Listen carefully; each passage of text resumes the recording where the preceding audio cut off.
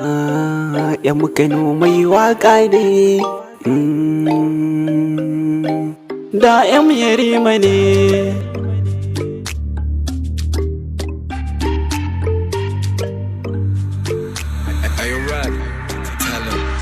Wayyo soyayya da daɗi, soyayya da daɗi. Wayyo soyayya da daɗi, soyayya da daɗi.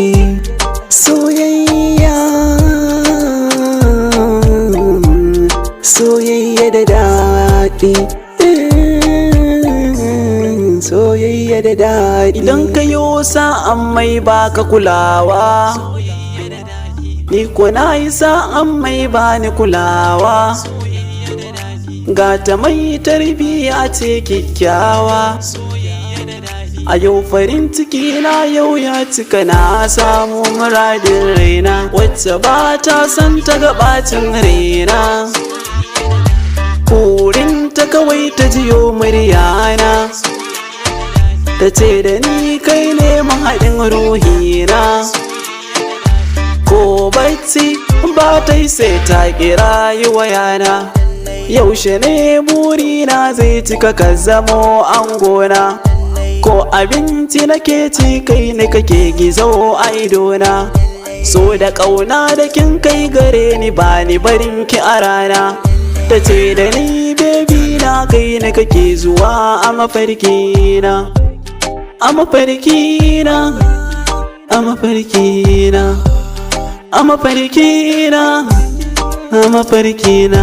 Sai na yi godiya ga Allah ya cika min muradina, muradina, muradina.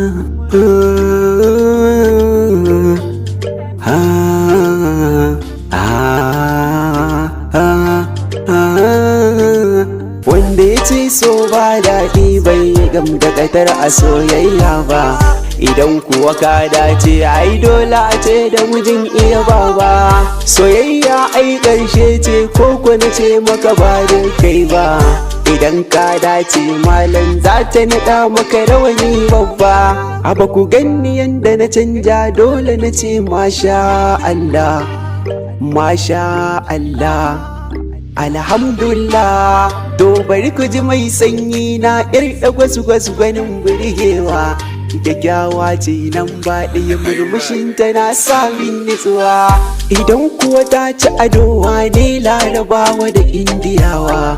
Muna san juna sosai, makiya su raba mu ba su iyawa.